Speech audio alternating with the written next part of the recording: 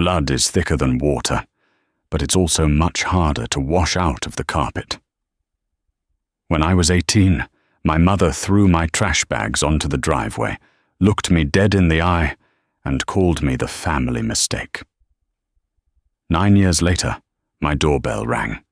If you drove through the manicured, oak-lined streets of Westport, Connecticut in the fall of 2017, you would have seen the Hastings estate. It was a sprawling, pristine colonial wrapped in white brick and creeping ivy, sitting at the end of a long, sweeping driveway. To the outside world, my family was the epitome of East Coast aristocracy. My father, Richard Hastings, was a senior partner at a top-tier corporate law firm in Manhattan. My mother, Barbara, was the reigning queen of the local country club, a woman who treated local charity galas like military campaigns. And then there were the daughters. My older sister, Linda, was the golden child. She had our mother's sharp, icy blonde beauty, a tennis serve that won state championships, and an early acceptance letter to Yale. She was everything Barbara had ever wanted in a daughter, an extension of her own ego. Then there was me, Chloe. I was the dark-haired, quiet anomaly who preferred taking apart old computers in the garage over attending cotillion. I didn't care about the Hampton summers or the designer labels. I was an uncomfortable blemish on my mother's perfect canvas. My mere existence seemed to exhaust her. The fracture that destroyed my life didn't happen slowly. It shattered in a single, violently chaotic night in late November. I had just turned 18 2 weeks prior. It was 2 a.m. on a Tuesday. The house was dead quiet. I was awake in my room, coding a rudimentary encrypted messaging program for a high school computer science project, when I heard the heavy crunch of tires violently hitting the gravel driveway. A moment later, the front door slammed open, followed by frantic, hushed voices.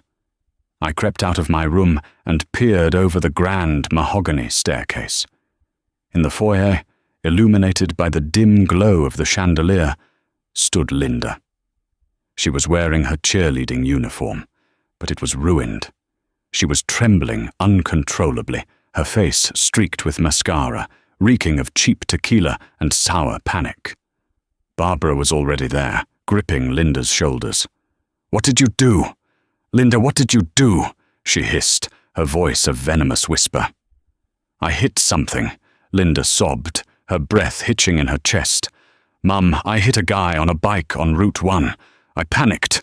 I drove away. There was blood on the windshield." The air in the house turned to ice. My stomach plummeted. A hit and run. My perfect sister, the Yale-bound golden child, had committed a felony. I waited for my mother to grab the phone and call the police, to call an ambulance for whoever was bleeding out on the side of the highway. Instead, Barbara's eyes darted frantically around the foyer, calculating. Her gaze drifted up the stairs and locked onto me, standing in the shadows. A terrifying, hollow calm washed over my mother's face. "Chloe," she commanded, "come down here." I descended the stairs slowly, my heart hammering against my ribs. "Mum, we need to call 911, I said, my voice shaking. "We need to send an ambulance to Route 1. "There will be no ambulance," Barbara snapped, her manicured nails digging into Linda's arm. "If we call the police, Linda's life is over. Her scholarship, Yale, her future. It all goes up in smoke." "She hit a person," I yelled, stepping back. My father, Richard, appeared in the doorway of his study, wearing his silk robe. He looked at Linda, then at the blood-specked keys in her hand. He didn't speak. He just looked at the floor, a coward in a cashmere robe. Barbara stepped toward me, closing the distance. "Chloe, you just turned 18. You have no college prospects. You have no future that matters. If they find the car, we say you were driving." I stared at her, waiting for the punchline, but her eyes were completely dead. "You want me to take the fall for a felony?" "It's a youthful indiscretion for you," Barbara rationalized, her voice entirely devoid of maternal warmth. "Your father can hire the best defense attorney. You'll do some community service, maybe probation. It won't ruin you because there is nothing to ruin." "No," I said, the word tasting like copper in my mouth. "I'm not doing it. I'm calling the police." I reached for the landline on the console table. Before my fingers could brush the receiver, Barbara lunged. She slapped me across the face so hard my vision fractured into white stars. I stumbled backward, tasting blood on my lower lip. "You selfish, ungrateful little bitch," Barbara sneered, her mask of perfection completely disintegrating. "We have housed you, fed you, and tolerated you for 18 years. You have embarrassed me at every turn. You are not my daughter. You are the family mistake." I looked at Linda, who was sobbing into her hands, refusing to meet my eyes. I looked at my father, who was staring at his slippers, actively choosing his wife's vanity over his youngest daughter's freedom. "Get out." Barbara pointed a shaking finger at the front door.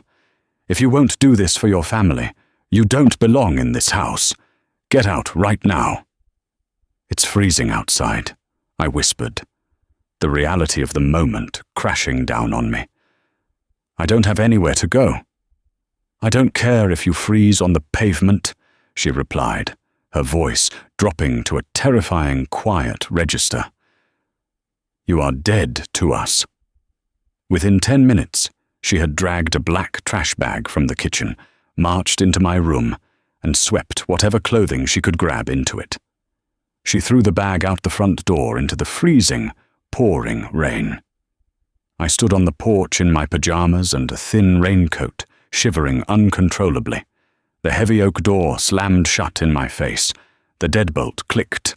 Then, the lights in the foyer snapped off. I was 18 years old, standing in the rain with $40 in my pocket and a trash bag of damp clothes. The family mistake had been erased. The first 3 years were a blur of sleep deprivation, hunger, and burning resentment. I didn't stay in Connecticut. The morning after I was kicked out, a friend named Sarah Jenkins let me sleep on her floor for 3 nights. After that, I bought a one-way bus ticket to Boston. I wanted to be in a city where no one cared who the Hastings family was, where the air was thick with ambition rather than entitlement. I legally changed my last name to Davies. Chloe Hastings died that night in the rain. Chloe Davies was born on a Greyhound bus. Survival was brutal. I worked the graveyard shift at a decrepit diner off I-93, scrubbing grease off griddles and pouring coffee for exhausted truck drivers. During the day, I slept on a stained mattress in a closet-sized apartment I shared with 3 other girls. My hands were always blistered, my shoes had holes in the soles, and my diet consisted entirely of stolen diner toast and 50-cent ramen. But every spare second I had, I was on a beat-up, second-hand laptop. The anger I felt toward my mother, the agonizing betrayal of my father's silence, I didn't let it destroy me. I weaponized it. It became a high-octane fuel that kept me awake when my body was screaming for sleep. I enrolled in community college, taking advanced computer science courses. It was there I met David Carmichael. David was a brilliant, socially awkward dropout who had a mind for artificial intelligence, but no drive to monetize it. I had the drive of a starving wolf. We started working in his parents' basement. We realized that as cloud computing was exploding, corporate data security was lagging dangerously behind. Together, we coded a proprietary cybersecurity protocol that used machine learning to predict and isolate ransomware attacks before they could lock a system. We called the company Aegis Systems. Year 4 was the turning point.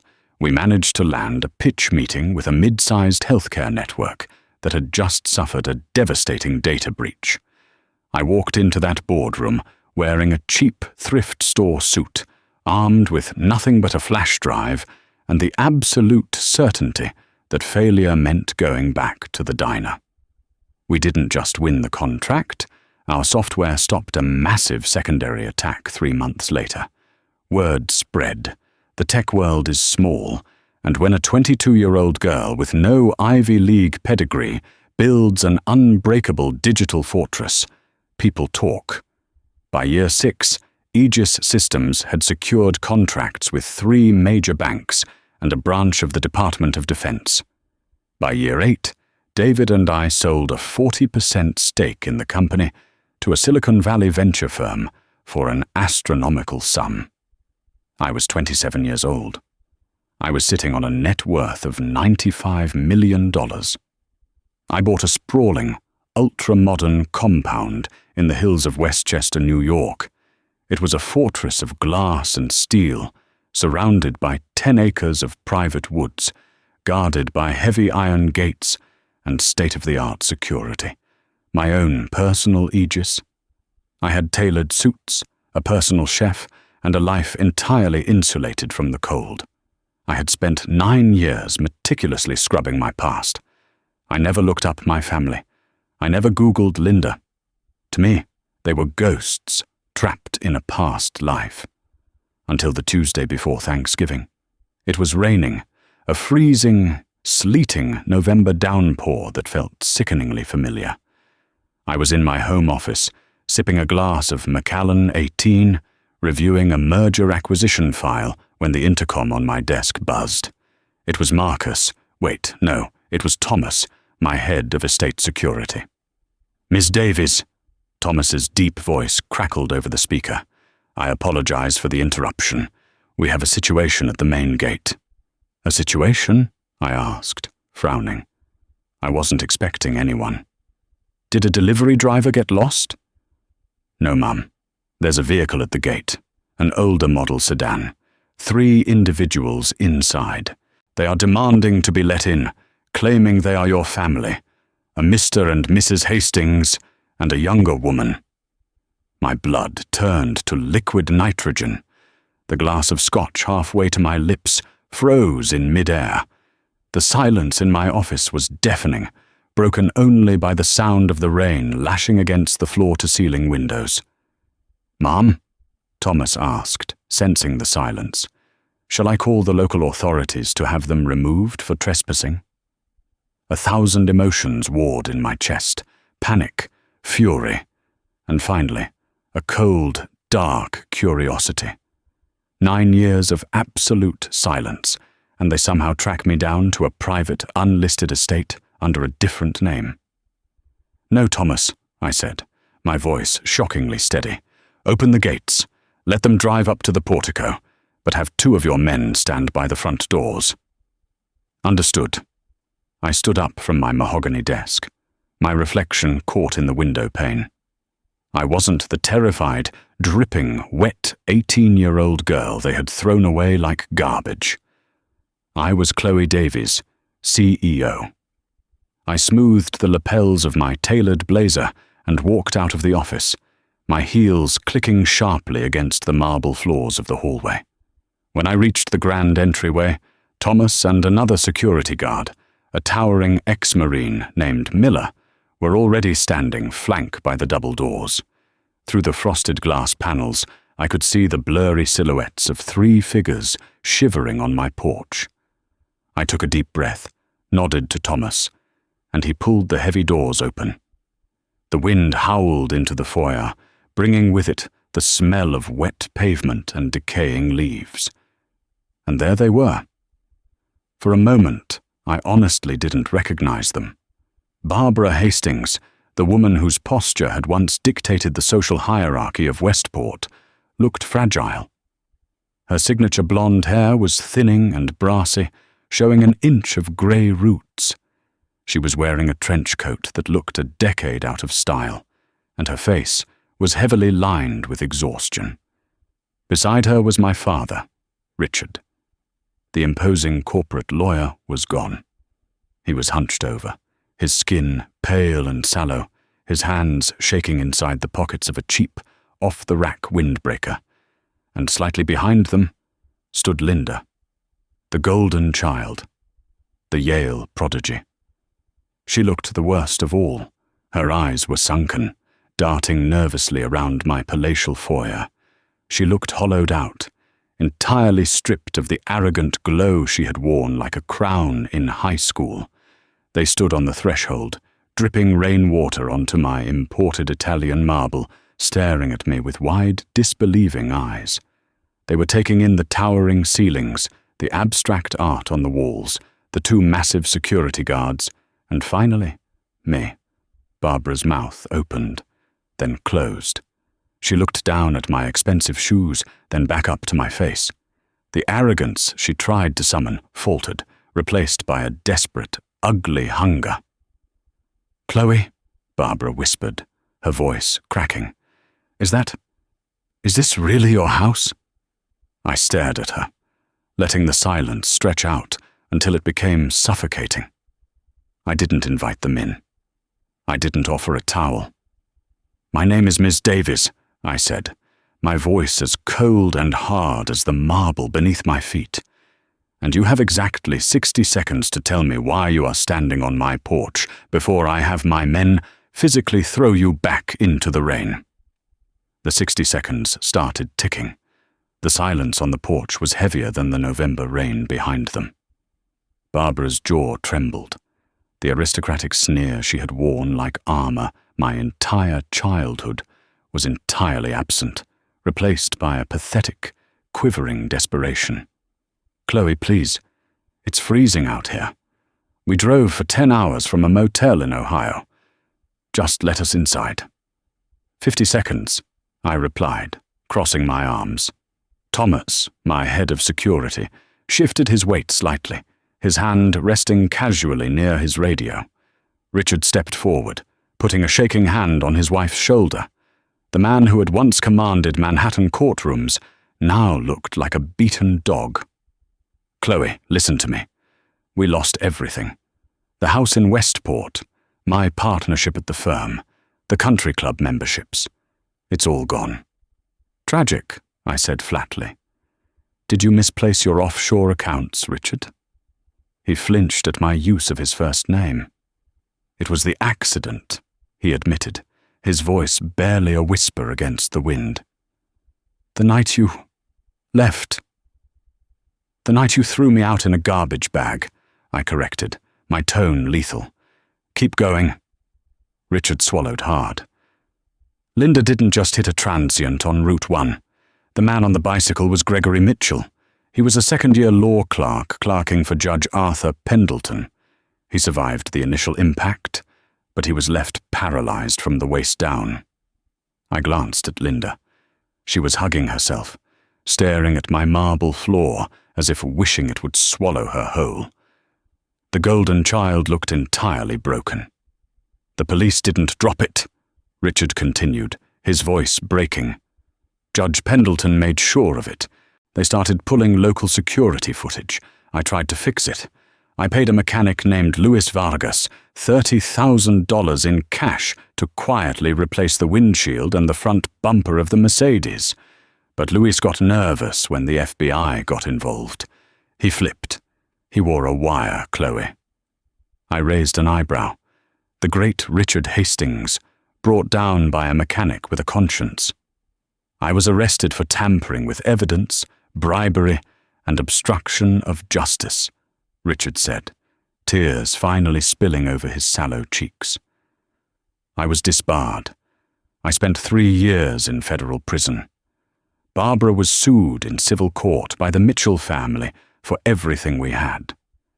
They drained our accounts, put liens on our assets, and forced the sale of the estate. We are completely bankrupt." "And Yale?" I asked, looking directly at my sister.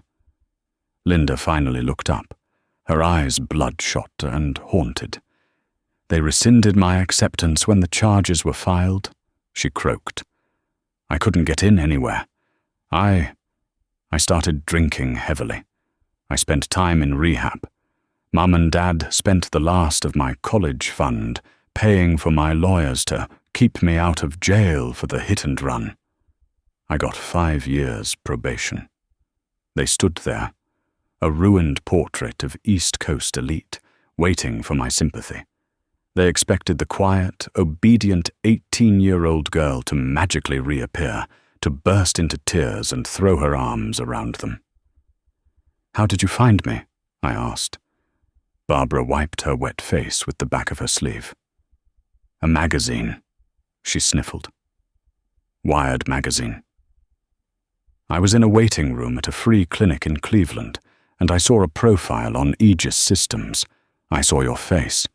The article said you were worth nearly $100 million, Chloe. I couldn't believe it. "So you tracked down my private LLC, found the property records, and drove here," I stated. "Why?" "Because we are family," Barbara cried out, reaching a hand toward me. Thomas immediately stepped in front of her, blocking her path. She recoiled. "Chloe, we have nothing. We're living out of a Honda Civic. We just need a little help. A loan. $200,000. It's a drop in the bucket for you. You have a mansion. You have security. You owe us." I let out a harsh, bitter laugh that echoed through the cavernous foyer. "I owe you." "We gave you life," Barbara screamed, her old venom briefly flaring up. "We raised you. You housed me because it was legally required, and you threw me away the second I became inconvenient." I stepped around Thomas, closing the distance until I was inches from my mother's face. But that's not the most pathetic part of this little reunion. The most pathetic part is that you're still lying to her.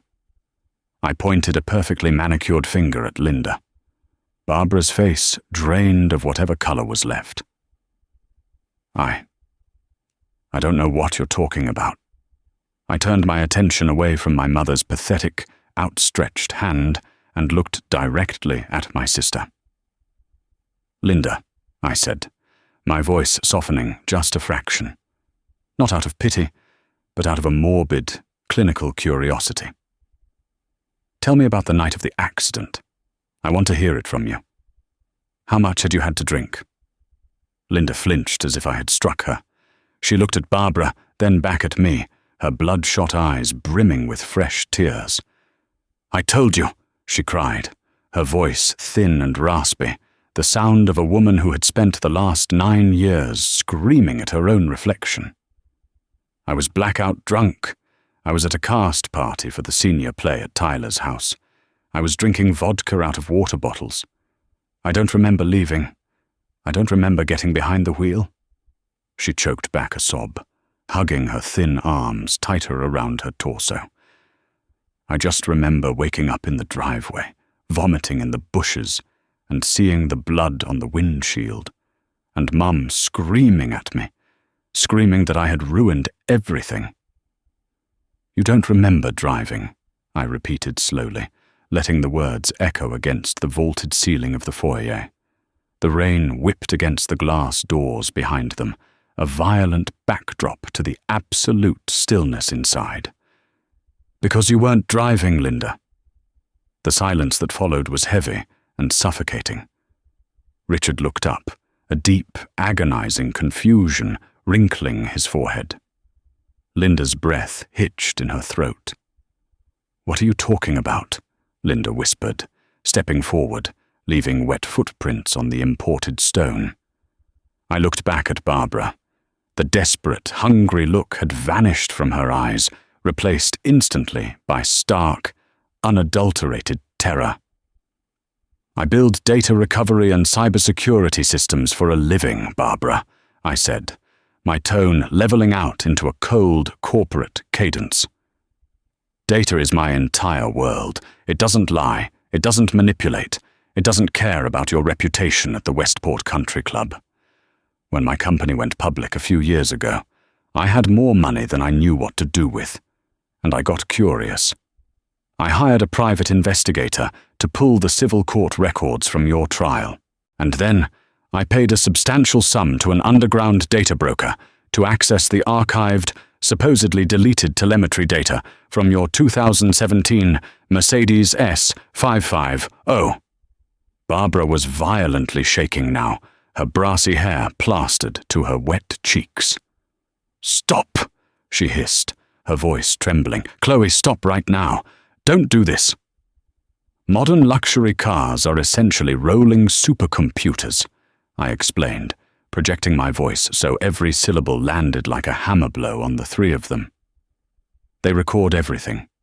GPS coordinates, speed, braking patterns, micro-adjustments to the steering wheel. But most importantly, they record passenger environment data.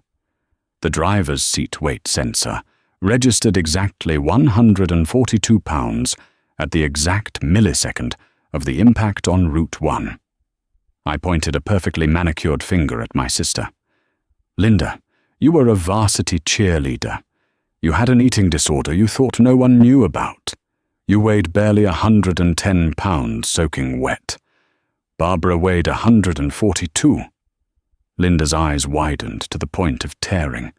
She began to hyperventilate, her chest heaving. No, that's not. Furthermore, I continued, offering absolutely no mercy.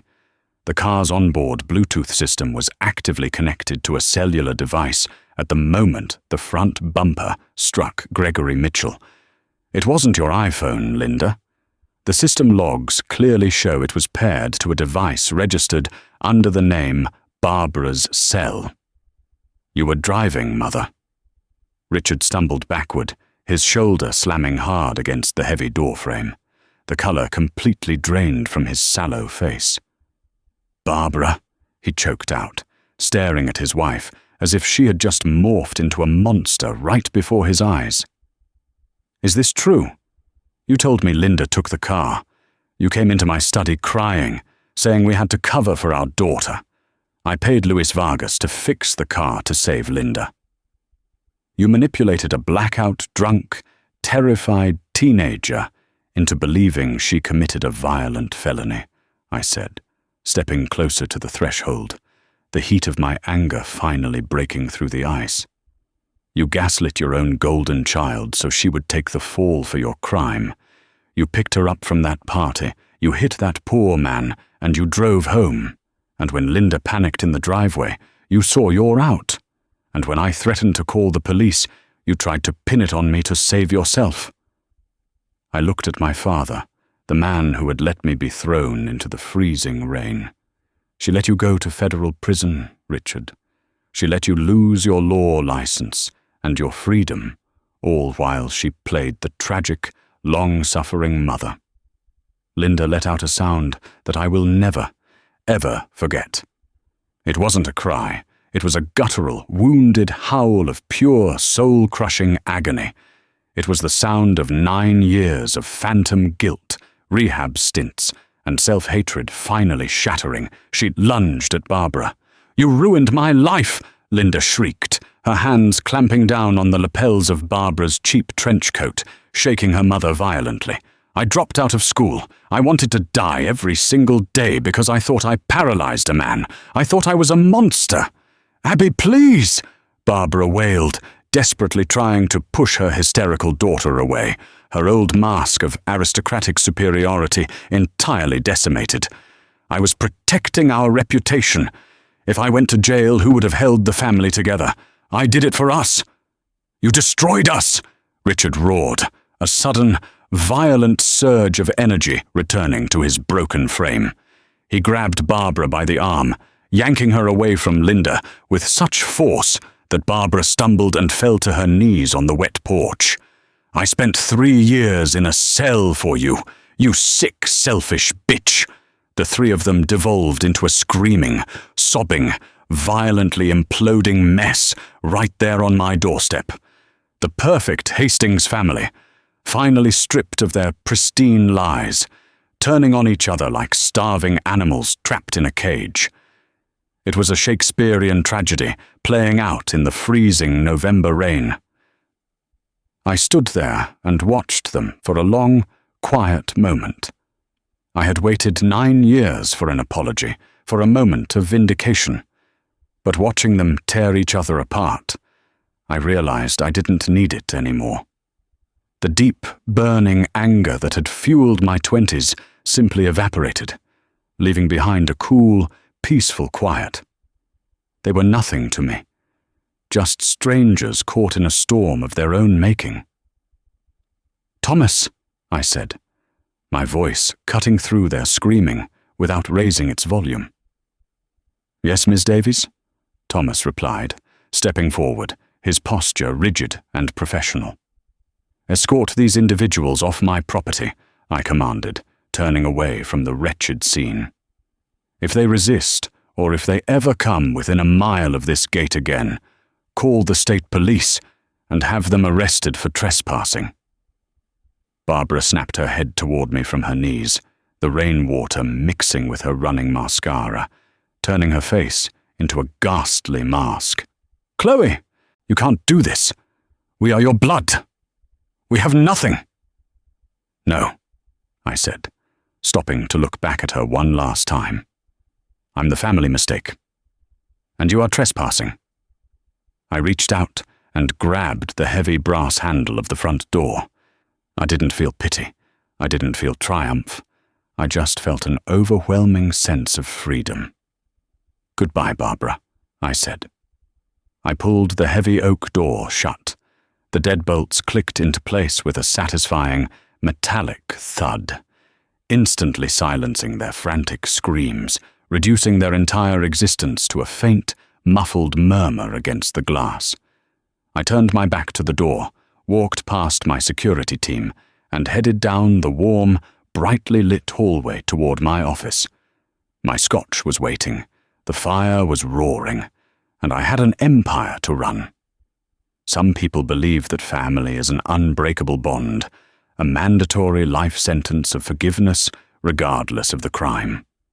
But I learned that true family isn't defined by a shared bloodline or a matching last name. It is built on mutual respect, protection, and unconditional support. I didn't lose my family that cold November night. I was finally set free to build my own.